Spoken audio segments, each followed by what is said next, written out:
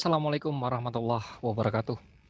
Alhamdulillah, kita panjatkan puji dan syukur kepada Allah Subhanahu wa taala atas nikmat dan karunia yang begitu luar biasa, yang sangat berkelimpahan, nikmat sehat, nikmat Islam, nikmat iman, dan semua nikmat-nikmat yang telah dilimpahkan Allah Subhanahu wa taala kepada diri kita. Salawat dan salam kita panjatkan dan kita curahkan kepada Rasulullah Shallallahu Alaihi Wasallam, tak keluarganya dan seluruh sahabat dan para guru. Insya Allah kita semua mendapatkan syafaatnya. Alhamdulillah kita sudah memasuki puasa hari ke-11 dan malam hari ini kita akan memasuki kajian untuk doa hari ke-12. Alhamdulillah saat ini telah hadir Ustadz Rino Zildeni di tengah kesibukan beliau. Assalamualaikum warahmatullahi wabarakatuh, Ustadz Rino, silakan. Terima kasih, Pak Nyoman. Apa kabar sahabat semuanya? Semoga senantiasa dalam keadaan sehat walafiat, berlimpah rezeki, penuh berkah dari Allah Subhanahu wa taala. Assalamualaikum warahmatullahi wabarakatuh. Alhamdulillah, wassalatu wassalamu ala Rasulillah Muhammad bin Abdullah wa ala alihi wa sahbihi wa man wala ma ba'd. Para hadirin yang berbahagia, mari kita panjatkan puji syukur pada Allah Subhanahu wa taala yang telah melimpahkan nikmat iman kepada kita semuanya, nikmat hidayah, sehingga kemudian kita bisa merasakan, menikmati manisnya iman kepada Allah Subhanahu wa taala.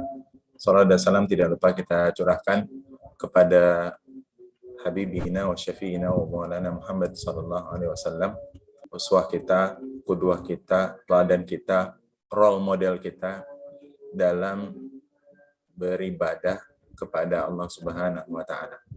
Makanya perjanjian kita, upah kita, janji kita di hadapan Allah Subhanahu wa taala sebagai pengantar kita masuk ke dalam agama Islam sebagai seorang muslim ya dibagi menjadi dua.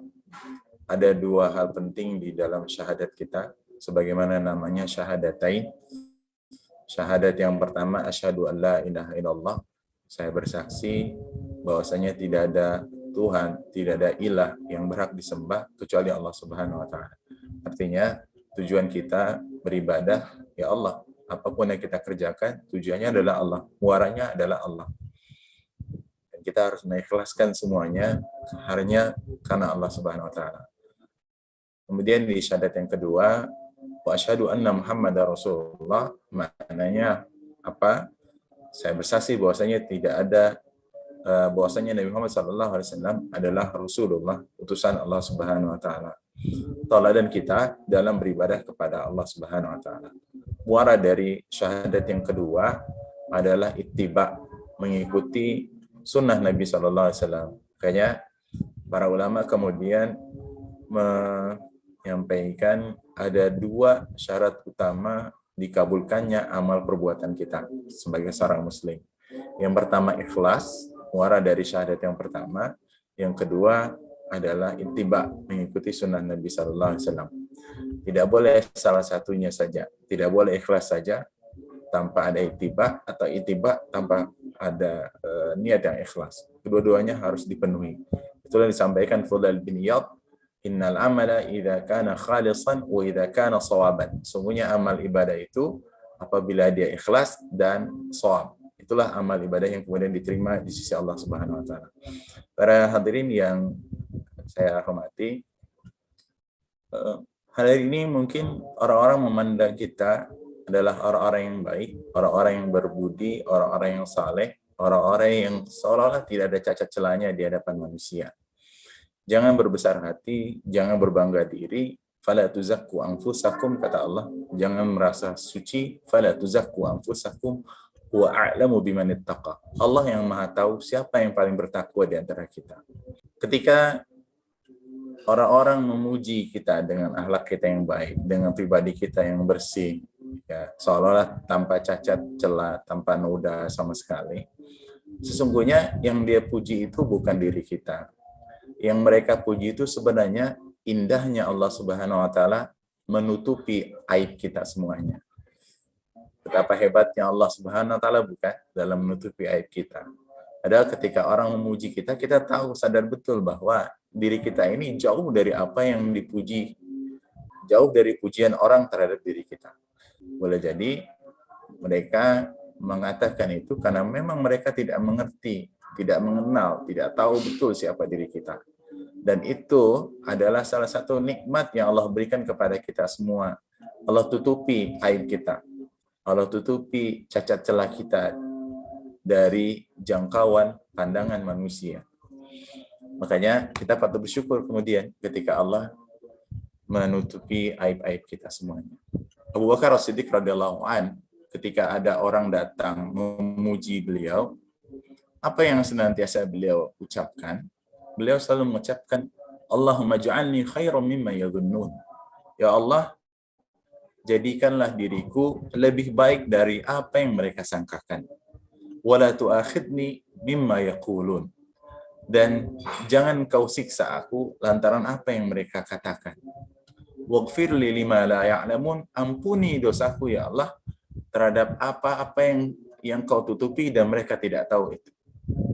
Saya ulangi, Abu Bakar As-Siddiq radhiyallahu an, ketika dipuji oleh seseorang, beliau selalu menyampaikan sebuah doa, melantunkan sebuah doa, Allahumma ja'alni khairan mimma yazunnun. Ya Allah, jadikan diriku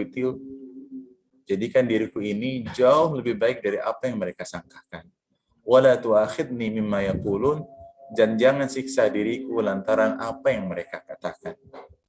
Waghfirli lima la ya'lamun, dan ampuni dosaku dari apa-apa saja yang mereka tidak ketahui tentang diriku. Lantaran Allah menutupi aib diriku tentunya. Begitu para hadirin yang berbahagia. Sekali lagi kita patut bersyukur atas nikmat satrul aib atau satrul uyub yang Allah berikan kepada kita semuanya. Sekiranya kemudian kalau dosa itu kata orang bejendol gitu ya, atau kalau kita melakukan sebuah dosa lalu kemudian ada noda di wajah kita, sudah kebayang seperti apa wajah kita sekarang, hitam legam boleh jadi. Nauzubillah, subhanallah. Kalau wajah kita hitam legam atau penuh dengan jendolan gitu, penuh dengan bintik-bintik dan sebagainya, mungkin tidak akan ada satupun manusia yang mau mendekat atau bahkan melihat kita semuanya. Sekali lagi, makanya perlu bagi kita semuanya bersyukur atas nikmat satrul uyub yang Allah berikan kepada kita semuanya. Nah, di sisi lain, ketika kemudian dengan nikmat yang Allah berikan ini kepada kita semuanya, Allah tutupi aib kita dari pandangan manusia, dari pengetahuan manusia. Ketika kemudian kita mendapati orang lain melakukan kesalahan, melakukan dosa, dan sebagainya, jangan kemudian kita juga mengumbar dosa mereka kepada orang banyak, menyampaikannya kepada orang banyak. Kata Rasulullah SAW, man satara aiban nas, satarallahu aibahu yaumal qiyamah. Barang siapa yang menutupi aib seseorang, kesalahannya, kemaksiatannya, dosanya, lalu kemudian kita nasihati mereka tentunya dengan cara-cara yang terindah, cara-cara yang terbaik, satarallahu aibahu yaumal qiyamah. Maka Allah akan tutupi aib kita semuanya pada hari kiamat. Siapa di sini yang tidak mau aibnya waktu di dunia? Boleh jadi mungkin di antara kita ada yang pernah berzina, tapi tidak ada satupun orang yang tahu. Boleh jadi di antara kita pernah melakukan kabair-kabair lainnya, dosa-dosa besar lainnya, tapi kemudian tidak ada orang yang tahu. Allah tutupi aib kita. Sehingga kemudian di yaumil qiyamah nanti, itu semua seolah-olah tidak ada, karena Allah sudah tutupi aib kita, sudah tutupi dosa kita. Lantaran waktu di dunia, kita senang sekali menutupi aib kesalahan orang lain. Di dalam surah Hujurat juga Allah sampaikan, wala tajassasu.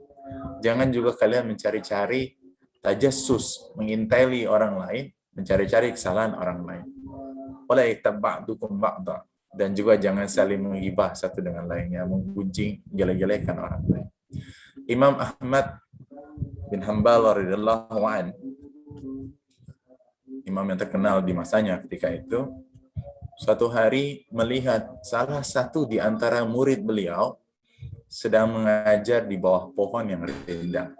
Adapun murid-muridnya duduk di bawah terik matahari.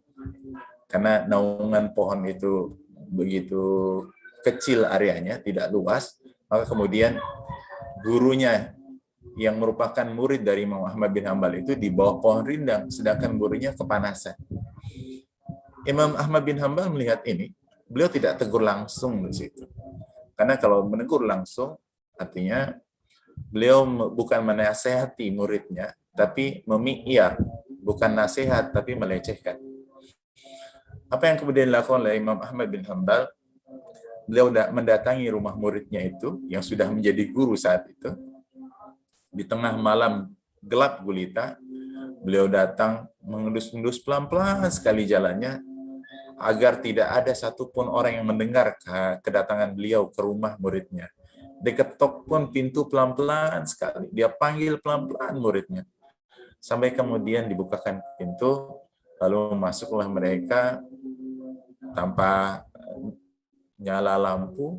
Beliau sampaikan, sesungguhnya apa yang kau lakukan tadi pagi, tadi siang, ya, di bawah pohon rindang itu tidak menyenangkan bagiku.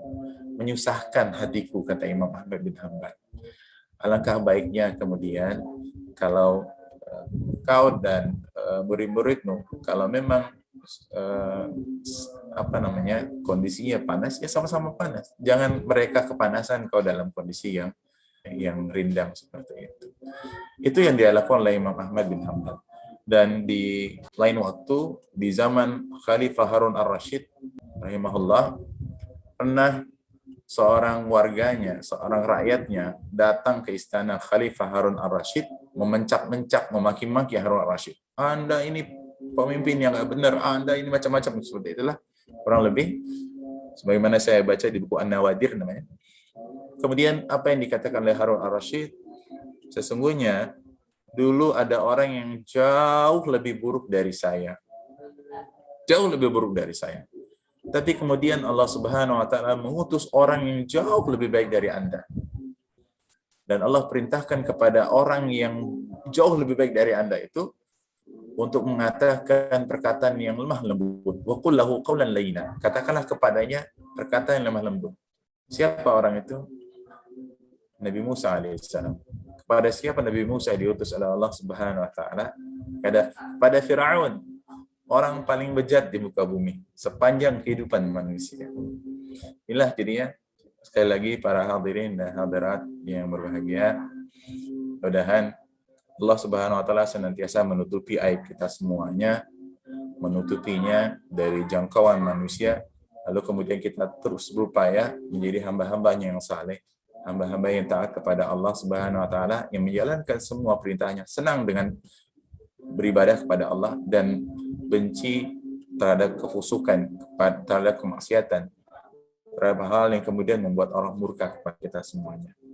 Dan mudah-mudahan kita juga termasuk dari hamba Allah yang senantiasa menutupi aurat, menutupi aib orang lain, menutupi kesalahan-kesalahan orang lain, dan tentunya tidak lupa untuk menasihati mereka dengan cara-cara yang baik, dengan cara-cara yang penuh dengan kelembutan, sehingga kemudian jangan sampai teguran kita, upaya amar ma'ruf nahi munkar kita kemudian menimbulkan mungkar-mungkar yang baru. Kata Imam Ibnu Taimiyah rahimahullah dalam kitabnya, beliau menyampaikan sungguhnya ketika upaya amar ma'ruf nahi munkar justru menimbulkan kemungkaran yang jauh lebih dahsyat dari sebelumnya, sebaiknya upaya itu ditinggalkan. Dan kajian malam ini, hari ini bermanfaat buat kita semuanya. Yuk kita angkat tangan kita ke langit, mohon kepada Allah agar Allah meringankan langkah kita untuk beribadah kepadanya, membuat kita mencintai Allah Subhanahu wa taala melebihi diri kita sendiri, dan kemudian Allah membalas cinta kita dengan keridhaannya dan dengan jannahnya. Bismillahirrahmanirrahim. Alhamdulillahirabbil alamin. Hamdan syakirin. Hamdan yu'afina wa yukafi mazidah. Ya Rabbana lakal hamd kama yanbaghi li jalali wajhikal karim wa 'azimi sultanik. اللهم زينا فيه بالستر والعفاف واسترنا فيه بلباس القنوع والكفاف واحملنا فيه على العدل والإنصاف ومنا فيه من كل ما أخاف باسمتك يا عصمة الخائفين. Ya Allah, hiasilah diriku di bulan ini dengan penutup aib dan kesucian. Tutupilah diri kami dengan pakaian kecukupan dan kerelaan diri. Tuntunlah kami untuk senantiasa bersikap adil dan taat kepadamu. Selamatkanlah kami dari segala sesuatu yang kami takuti dengan perlindungan-Mu, wahai tempat bernaung bagi mereka yang ketakutan. Rabbana atina fid dunya hasanah fil akhirati hasanah wa qina adzabannar. Subhana rabbika rabbil izzati amma yasifun wa salamun alal mursalin walhamdulillahi rabbil alamin. Assalamualaikum warahmatullahi wabarakatuh. Waalaikumsalam warahmatullahi wabarakatuh. Terima kasih Ustadz Rino. Ini sangat bermanfaat, penuh dengan makna. Insya Allah kita semakin dijadikan manusia-manusia yang pandai bersyukur, dijadikan manusia-manusia yang semakin taat atas perintah Allah SWT. Terima kasih Bapak Ibu, insya Allah bermanfaat. Mohon maaf lahir batin. Wabillahi taufik wal hidayah. Wassalamualaikum warahmatullahi wabarakatuh.